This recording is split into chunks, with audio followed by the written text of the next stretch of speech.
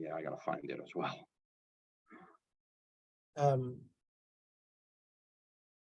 There it is. Okay. All right. Hi, everybody. Welcome to the September 22nd meeting of the Facilities Subcommittee. Call the meeting to order at 5 o'clock. Let me see if anybody's here.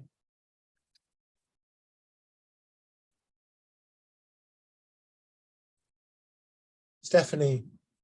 Shanita smiles when Stephanie's name appears. Okay. Wait, sorry. Call to order, approval of agenda. Julie, do you want to move to approve the agenda? So moved. I'll second it. So agenda's approved. Do you want to move to approve the minutes? I would be thrilled to move the minutes. All right, I'll second it. Minutes are approved. Stephanie, are you here for public comment? If you are, raise your hand.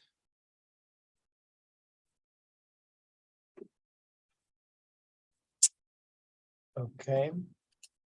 Not seeing your hand raised. We'll move right along to you, John. Okay, great. I'm going to share my screen here. Hi, Kelly. Take you guys through a short PowerPoint. All right, you guys should be able to see the PowerPoint that's on the screen right now. So this evening, we just wanted to give the subcommittee an update really on, at the last board meeting, we took a number of projects to the board that we've been discussing over the last year and a half, various infrastructure projects, as well as some minor mods. And we reworked our cash flow with the small theater being further out right now because of the DSA requirement for us to do the house. So as a team, we looked at cash flow to work it all together and keep our projects moving along. And since the board has approved everything that we've discussed in multiple conversations, we just wanted to update the subcommittee with what the projects are and sort of a sampling of the timeline for such.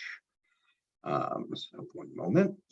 So again, review of the current projects, overview of the new projects and scopes, and review of the project schedules from planning through closeout.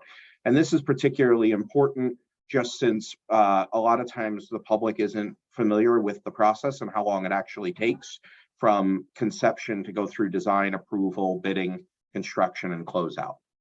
So this is our Measure G program sheet, what we refer to as the green and yellow sheet. The board sees this often. And what we do is whenever we bring anything new, whether it be adjustments or new projects to the board, we highlight it in yellow along with the date. This is the most recent one. This is half of the most recent one that went to the board on September 7th. We had the adjustment to the Milvia Street project. And then we also authorized all of these new projects. These projects were discussed as part of our infrastructure projects or our minor mods. And to take you through, we tried to give a really good highlight of what they mean, but we're limited on space in each one of these cells. So at Berkeley Arts Magnet, we're going to be doing some waterproofing that's needed in the basement. There's a number of ADA upgrades that will be made to the site that we need to do. The windows all need to be replaced at BAM. Those are a little bit more challenging because the windows themselves are actually noted as historic in the registry. So we'll have to match that. And then infrastructure and HVAC upgrades throughout the school. John Muir, we had talked about previously. That was a building envelope project where we've noted that we have a lot of dry rot on the building. So right now we have a design firm investigating the dry rot to determine what the repairs are needed. And then ultimately after those repairs, a full painting of the building. As you may remember in the bond program, we have dollars specifically allocated to CTE. In G107, 109, where Berkeley Media was for many years, those are rooms that had been set aside for CTE. And we're currently now in discussion, starting to move that project forward to create a machining and robotics lab. This actually aligns with the advanced manufacturing pathway for career technical education. Thousand Oaks, this was pushed up on the list, primarily because there are fire alarm issues there. The fire alarm does work, but it's in pretty bad state. We're putting a lot of maintenance money into it, and we can't get the parts that we need for that particular panel or the devices anymore. It's becoming really difficult to service. Unfortunately, there is a legacy project at Thousand Oaks, and the legacy project that was never properly closed with the state architect deals particularly with ADA and cross slopes. So in order to do anything on this campus, we will be opening up that legacy project, correcting all of the ADA issues that are present primarily through the play yard and through the courtyards and the hardscape, and then doing the fire alarm as well. Washington, Malcolm X, and Berkeley Arts Magnet are all in absolute need of play yard replacements and improvements, so we're doing those. Emerson, we are doing the infrastructure. The kitchen that was originally part of the Measure I bond plan before Measure I was reallocated under Tim White. Fire alarm, HVAC upgrades, and site work. Malcolm X will be doing a fire alarm as well. The adult school we moved up for a few reasons. One is it absolutely fit into the cash flow with pushing back the little theater right now because of DSA, but also the adult school was needed in the beginning of Measure I to deal with all the windows that leak and the HVAC and the paint throughout, and it was pushed off during the initial reallocation. It's in a pretty bad state of disrepair at this point, and if we continue to allow it to go, it's going to get beyond a point of where it's acceptable to just make upgrades, and it's going to require a full modernization. Also, as part of the Measure I plan was the modernization of the kitchen and servery at Washington. I don't know if you recall, but when I first joined the district, back in 2018, we were having public meetings about this, and it was clear that that time that Washington needed a little bit more. The admin space for the building is really tight, and it's located centrally inside of the building, which creates a problem for visitors on campus. And it also, the way that the kitchen and the servery are set up is they're really too small to serve that student population, that number of students. So there's a small addition being added to the building, a 2-story addition that'll actually house all the admin on the first level, right at the entry to the campus off the play yard. And then the new kitchen and servery will be on the second level, and it'll be opened up into the multi-purpose room, very similar to the design that you see at the new West Campus that we had done. Very high level overview on schedule. Sorry, John, do you want to just pause for a minute there and maybe go back a slide? Absolutely. Okay. Julie, do you have any questions?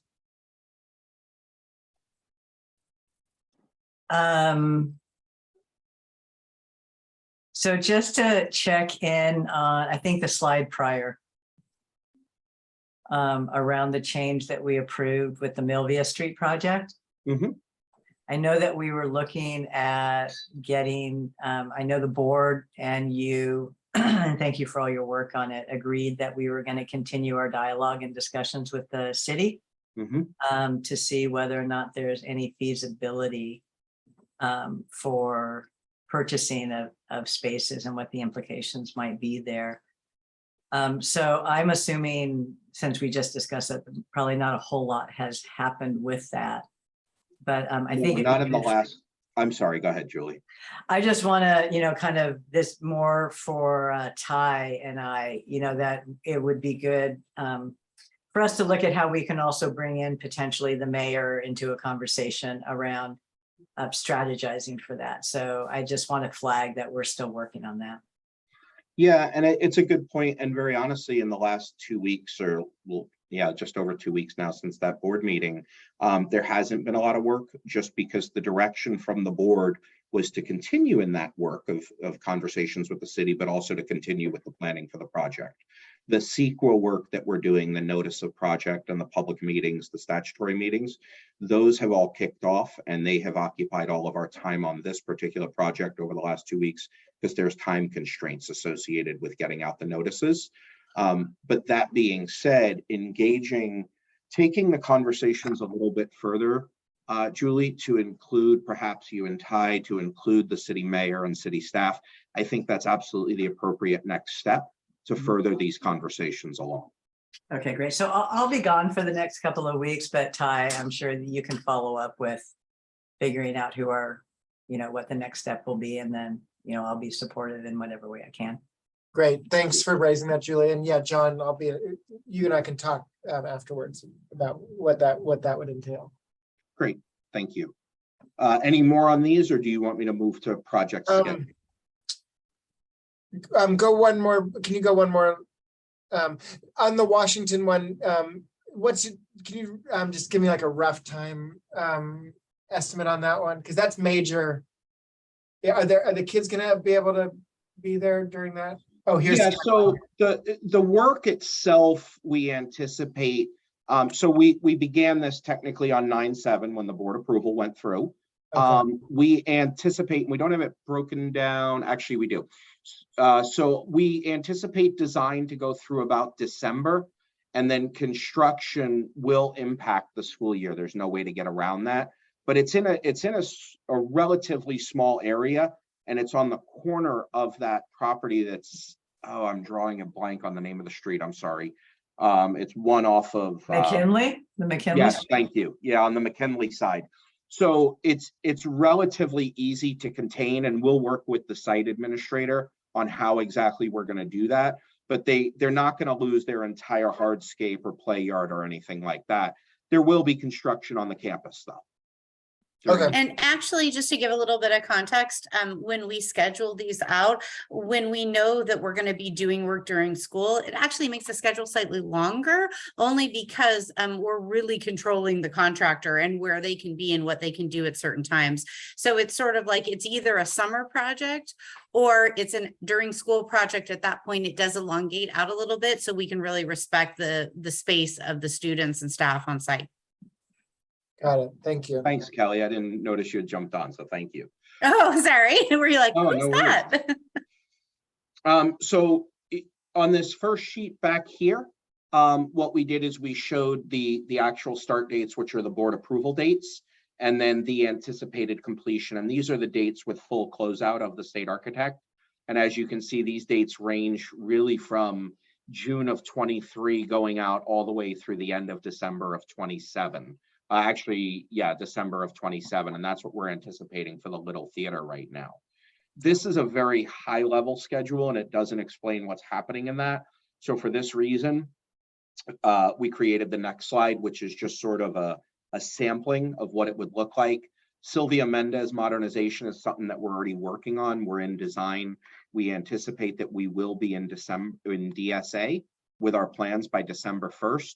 But that being said, our design is anticipated to end in the late May, because once it goes to DSA, we have to wait for back check and comments. The architect updates it, and then we wait for approval. Construction on this particular project has always been talked about as a 2-year period since it's an active campus. There's not a lot of room for interim housing, so it's going to have to be a phased project. And we've been in communication not only with the Sylvia Mendez community, but also with the former principal and the new principal, Ms. Dukes, that's over there. So she understands. We'll have some further community meetings around Sylvia Mendez as we get further along in our construction documents, as we're submitting to DSA. So we anticipate probably either late November, which is tricky with the Thanksgiving holiday, but more than likely early December, we'll have some more community meetings. Emerson campus improvements.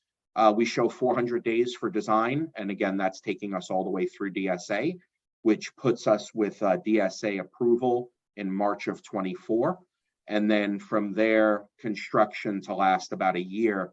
But again, this is construction on an active campus. So a lot of it is work that's happening either after hours or phased while we're inside of the campus. And then our occupancy is anticipated to be at the end of that school year of 2024-25. Washington kitchen admin, we anticipate will be out of DSA next December, right around Christmas time. And then construction will begin immediately following. And when we put the construction tab, that's also allowing the appropriate amount of time for public notice and bidding and vetting, et cetera, and board approval. And then that project will take roughly a year. So going from January of 24 till February of 25 through closeout.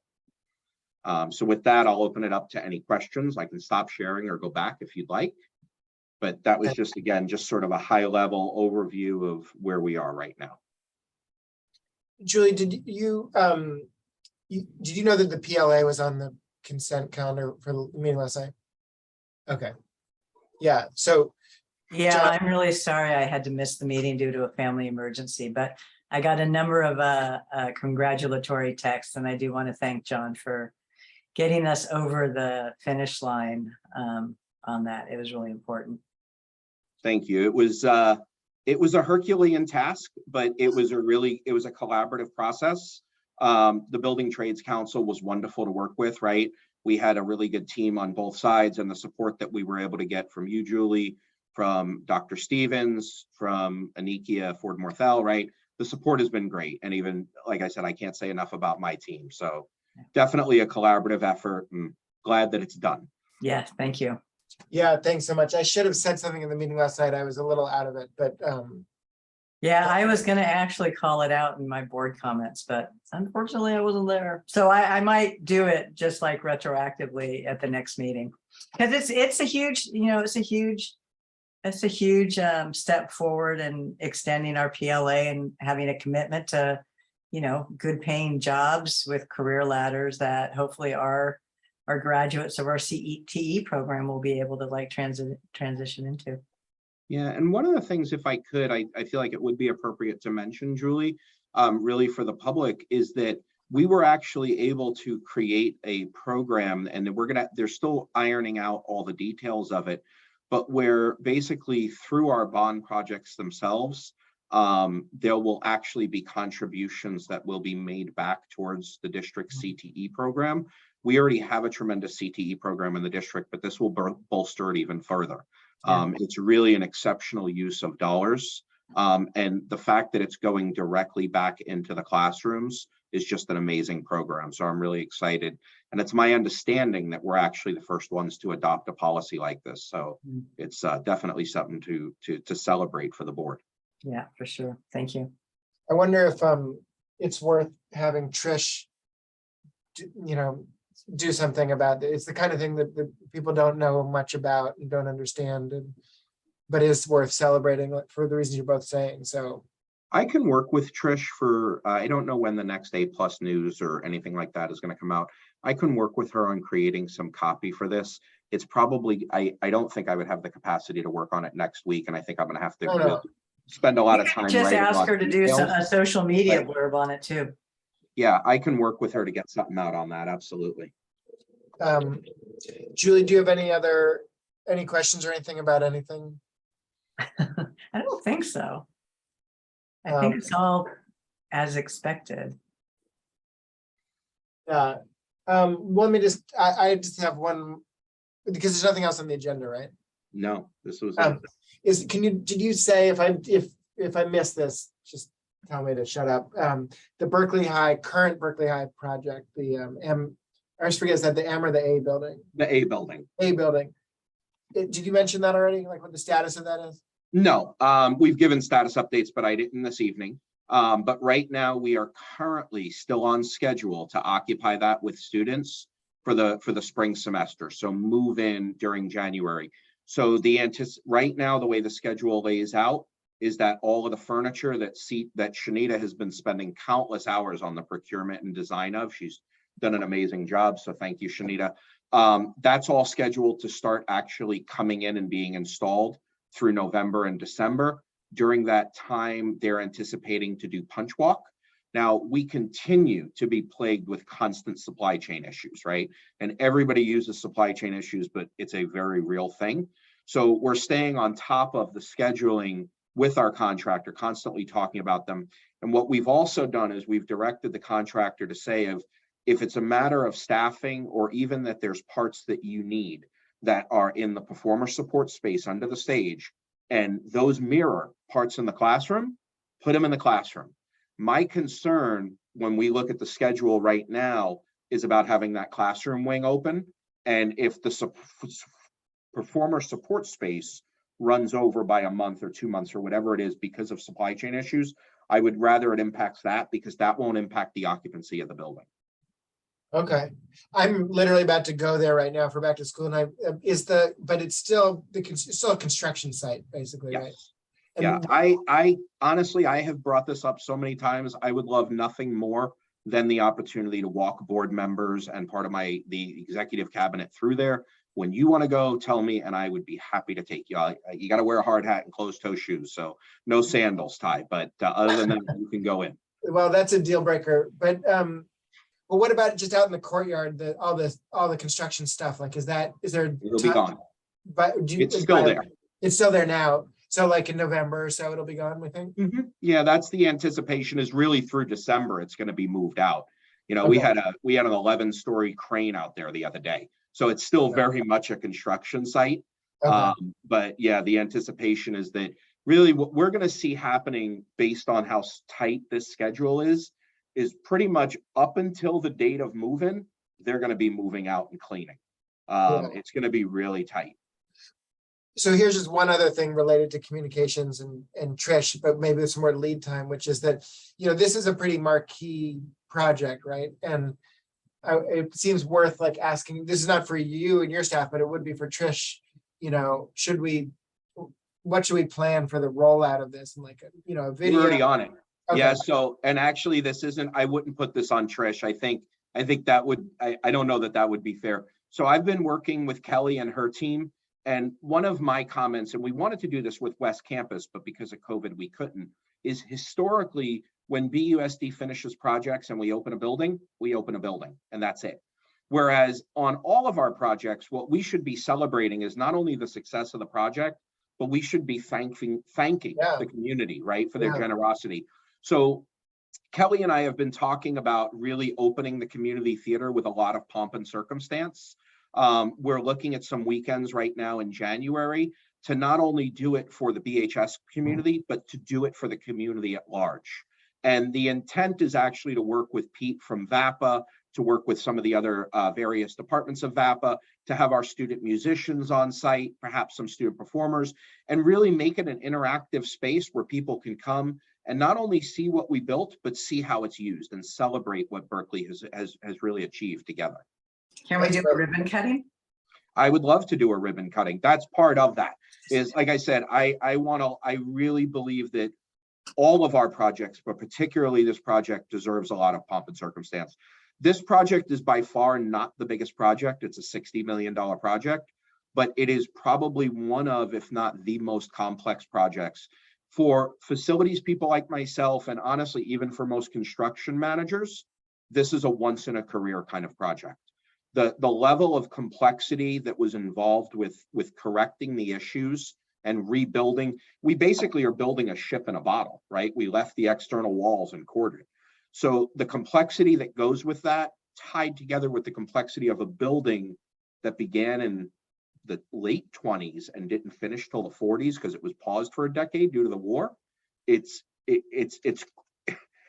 a magnificent accomplishment. That's great. That's really great, John. Julie and I won't be able to be at the ribbon cutting because we'll be like private citizens at that point. You'll still be at the ribbon cutting.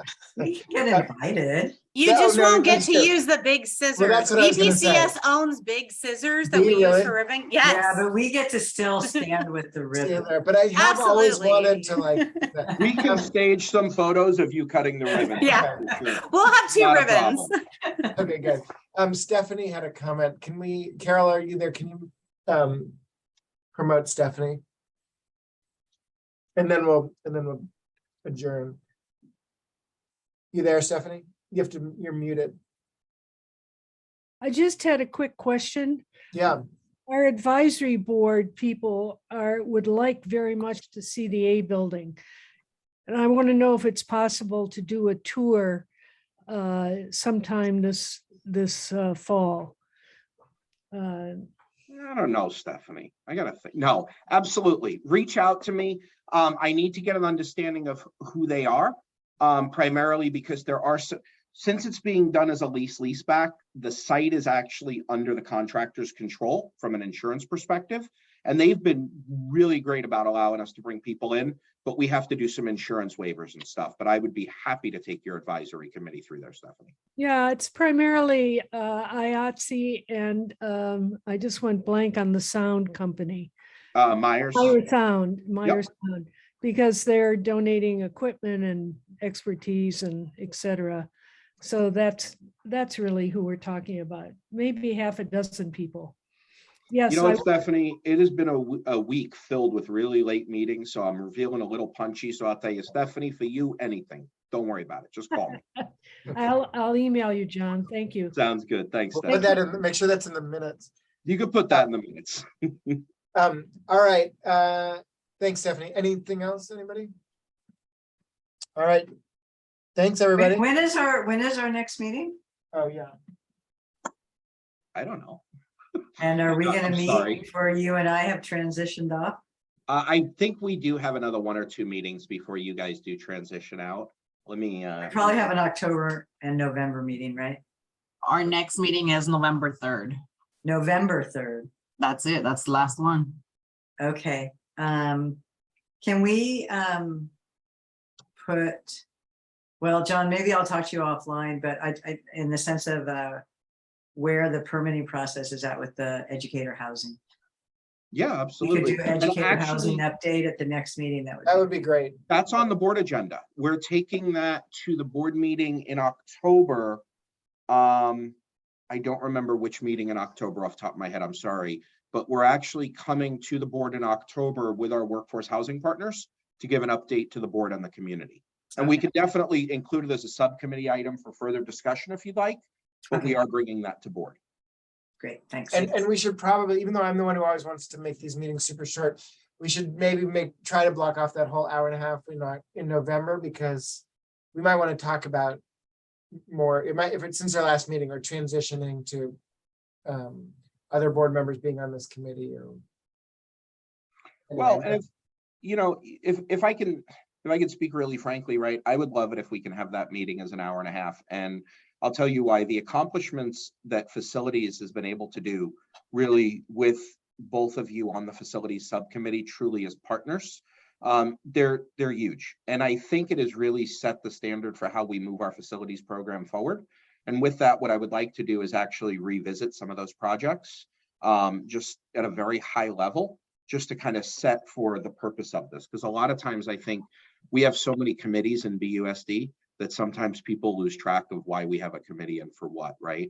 So to reinforce that, but also to take a few moments to celebrate the highlights, I think would be excellent. Well, and John, maybe we should invite the superintendent to that meeting, Absolutely. because I think she, she should not, she doesn't have to hear the celebration part, but she should, hear the, what you just said about the role of this committee, and if to the extent to which you find it helpful. No, this has been a great process. It's really allowed us to vet a lot of things and, really to think through things clearly. And in a way that we should be thinking about it. Nobody should be operating in a vacuum, and I refuse to allow facilities to do so. And this facilities is one of the ways that we're able to avoid that. So would it be Carol maybe reaching out to Liz about getting? We'll reach out to Jess. Yeah, I can ask Carol. Jess. Okay.